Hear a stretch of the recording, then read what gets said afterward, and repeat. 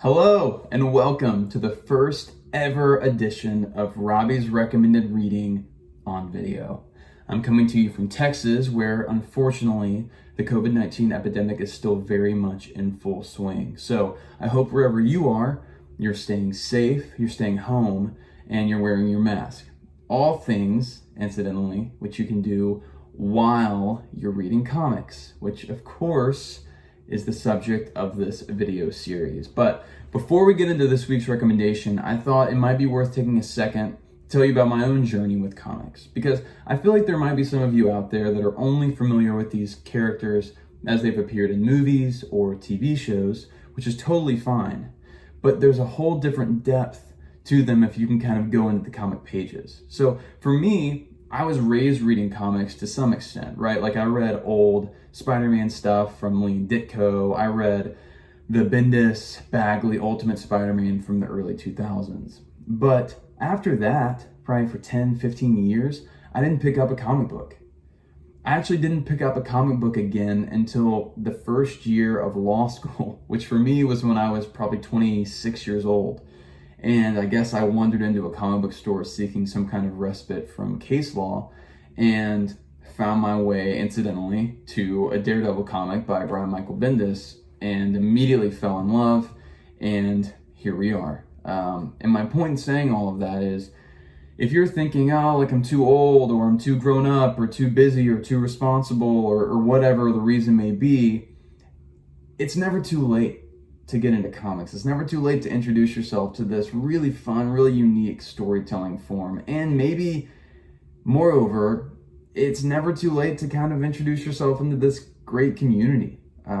It really is a blast, and I promise you there is a comic book store near you where I promise there is someone who would love nothing more than for you to ask them, hey, what comic should I read? So I'll put my spiel to the side, but know that if this is something you haven't experienced before, you absolutely should do so. And I'll tell you about a bunch of different ways that you can go about that.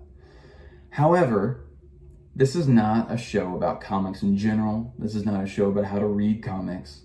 This is a show called Robbie's Recommended Reading. And that's because I recommend things that you should read. Specific things. And this week's is one that I've been very excited about, really itching to talk about all through season 1 of Friends from Work. And that's because this character is probably my second favorite Marvel character behind Spider-Man, who always had my heart. Unfortunately, this character has yet to appear in the MCU. Well, technically, at least. And that may give you a hint that the character that we're talking about this week is none other than Daredevil, the man without fear, aka Matt Murdock, blind attorney from Hell's Kitchen. Now, you may be familiar with Daredevil from the Netflix series, which was sort of part of the MCU at one point, and then Kevin Feige decided, nope, never mind, it's not. It's all very up in the air in terms of what's going to happen to that. However, I will say, it's a great show. I think it's pretty faithful to the character and the comics, and it's definitely worth a watch.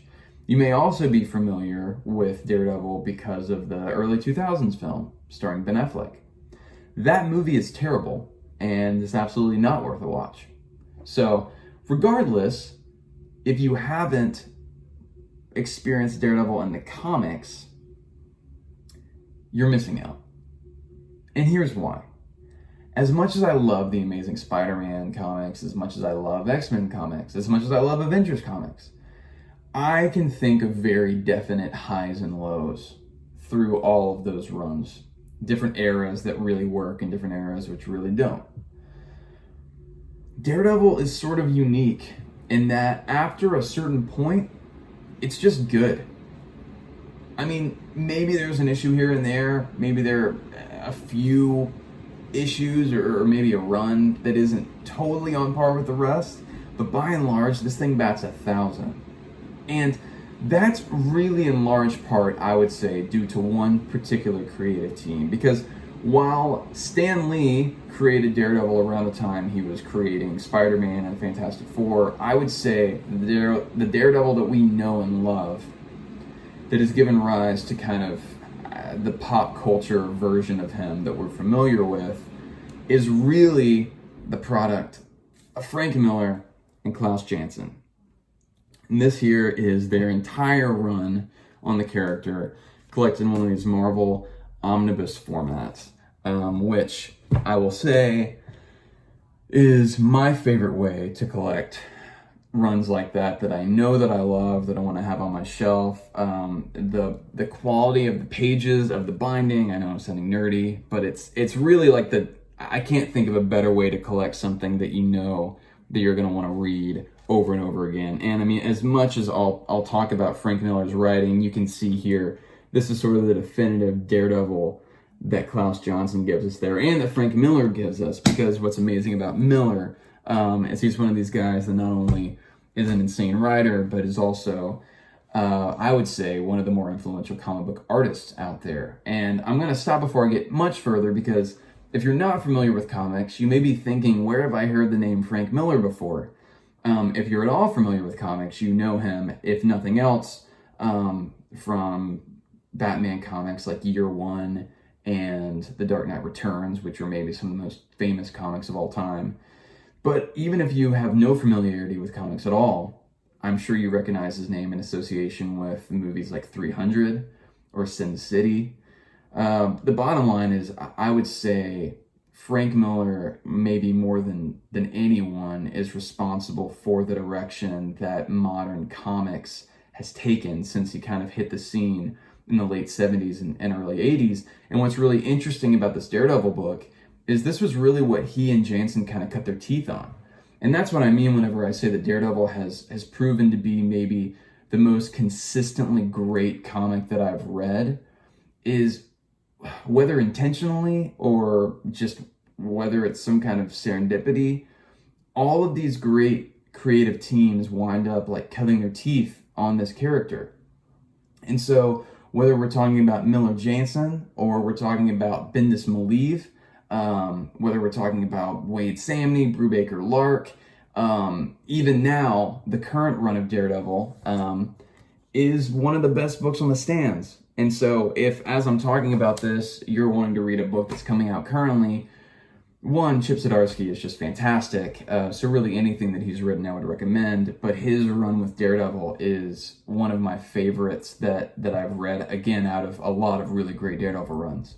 So the thing about the Miller Janson run that is so great is that it kind of started this trend of, it's almost like writers and artists one-upping each other after all this. And it was only able to do that because it's just so freaking good as a book.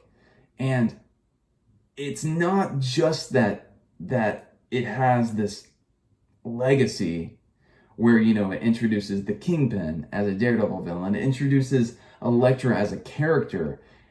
It gives us just this amazing, almost kind of classic crime novel of a comic book. And one of the reasons that I want to talk about it first this week is because if you are one of these people that is kind of unfamiliar with comics, this is a really great place to start. There's nothing super out there. It's pretty grounded. In fact, I would say that Daredevil, particularly the Daredevil that we get from Miller, is maybe as street level of a hero as you really will find in the Marvel Universe. Maybe with the exception of Hawkeye, although that sort of depends on who's writing Hawkeye. But even if this run weren't so iconic, even if it didn't have the implications for the character and for the Marvel Universe and for comics as a whole that it does, the reason I would recommend it is because it's just so fun to read. And I say that having been sort of hesitant initially about reading it. I actually put off reading the Miller Janson stuff for a long time because I typically really only read old comics for nostalgia's sake, right? So I'll go back and read the old Spidey comics. I'll go back and read like old Avengers stuff just to kind of get a sense of what Lee and Kirby were doing in Ditko. But this isn't that. This reads, it's just as thrilling as anything you would pick up on the shelves now. It's aged in ways that make it really fun. Like I said, it feels sort of pulpy. It's like you're in like the New York City of Taxi Driver, but it doesn't feel dated. in the sense that the writing feels super cheesy or feels unattainable or unrecognizable. It really is. I mean, I flew through, I think this thing is like 500, almost 600 pages. And I went through the whole thing in a week or two while I was also reading and writing all sorts of other stuff just because I couldn't put it down. And so I really can't think of a better place to start, whether you're a Daredevil fan or have never even heard of the character before.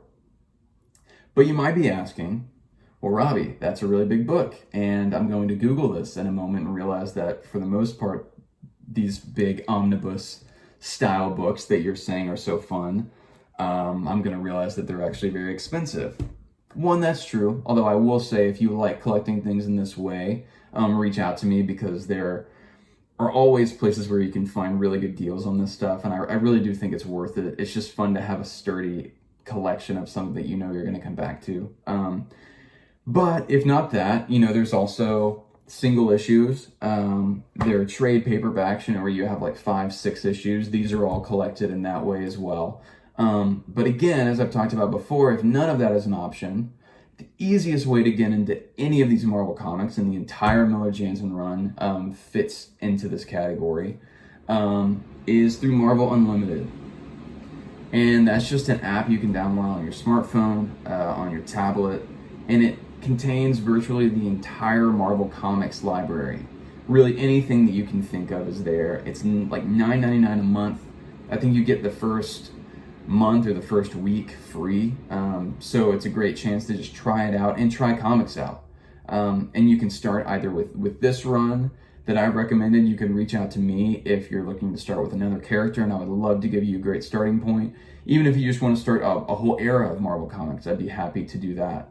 And kind of talk you through that as well, because I obviously feel very passionate about this medium and the joy that it can provide. But the great thing about Marvel Unlimited is that it really takes finances out of the picture to some degree, because it's just such a cheap way to get so much content. And so if nothing else, I would really encourage you to give that a try, to go and look up this Daredevil, to go up and look up any other Daredevil or any other kind of comics that might interest you, because I really think you'll be glad you did. That said, I can't talk about every comic out there as much as I would like to. We're just talking about the Frank Miller, Klaus Janson Daredevil. I've already talked longer than I probably should about it. However, if you want to talk more, please feel free to reach out, shoot us a message, say something in the comments. We'll be happy to get back to you. And as I've said, if there are any other books you would like to have us review here to talk about on Robbie's Recommended Reading, hit us up with those as well. We love nothing more than for this to be something that you're a part of. So keep that in mind as we move forward, and be on the lookout for other episodes of Robbie's Recommended Reading coming to you soon. See you next time.